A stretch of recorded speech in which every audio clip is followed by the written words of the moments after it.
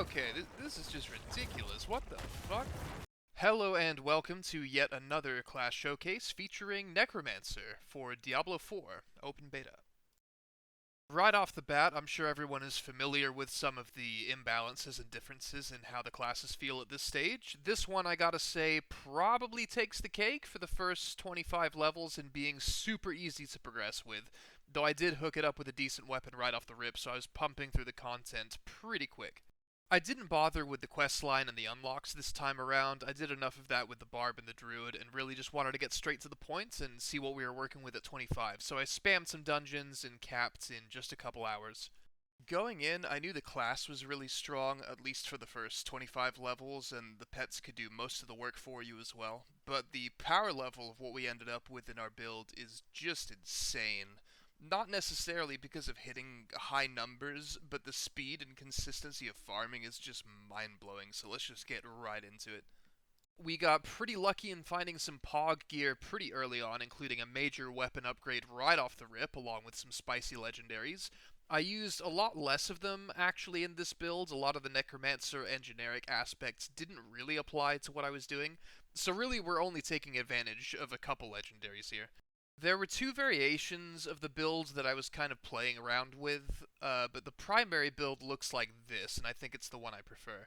Right at the top, the basic skill I like the most for what we're doing is Reap, with points for the guaranteed corpse. The reasons why will become obvious very soon. Oddly enough, there's not a single core skill I ended up using, which is why half of our legendaries didn't really apply.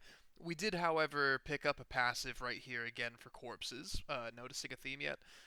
And here we have the bread and butter of our build. Blood Mist going deep for even more additional corpses, and we max out Corpse Explosion, taking the bonuses for bigger AoE and the harder hits, which naturally means we're also taking even more corpse passives down here for some great resource generation and even more damage amp.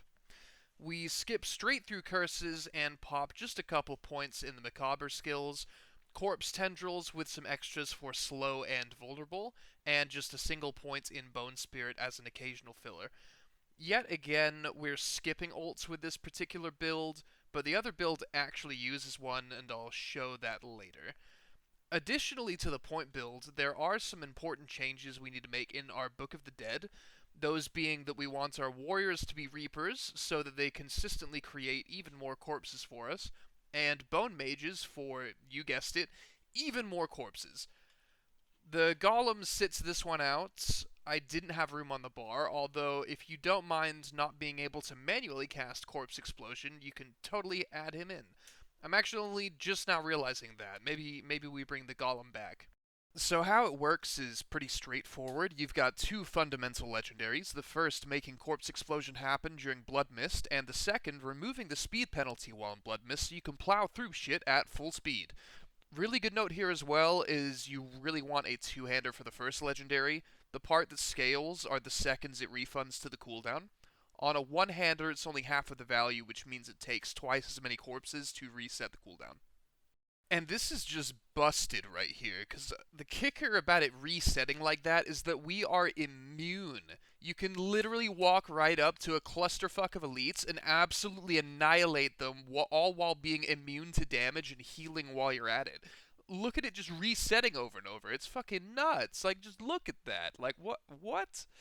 So you might think it wouldn't be super useful against less targets, or that it's hard to get corpses, but you have so many ways of getting corpses that even in a single target boss situation, you can still cycle Blood Mist almost as effectively with some manual corpse triggers and the corpse procs from your damage and minions. The Reapers alone will literally make a field of corpses for you when they're just swinging at things. Single target is actually where the other build gives you even more corpse resource, as you swap the points out of tendrils for Army of the Dead and take the points out at the end of Corpse Explosion, because that modifier wouldn't apply anymore without debuffing enemies with tendrils, and slap that in another slight boost to close range damage since we're just a wrecking ball and going straight through units. Also, quick mention is this is the first time I think I can find value in this particular legendary. You can actually just stand still and ramp up while everything is exploding around you. So without further ado, I've been talking long enough, and let's see some of this in action. Roll the clips.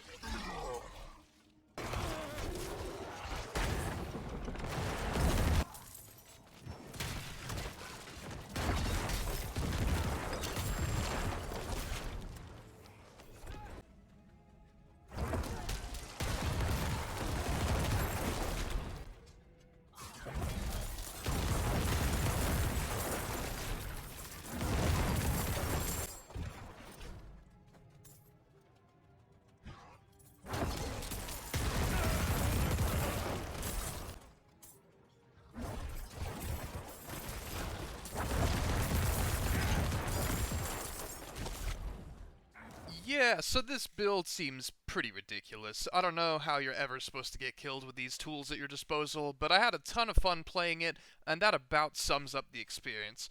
Our beta content is coming to a close, which does make me sad, but it's been a blast playing, and I'm really hyped for the full release. Time to enter the D4 waiting room. Thanks for watching, and have a good one.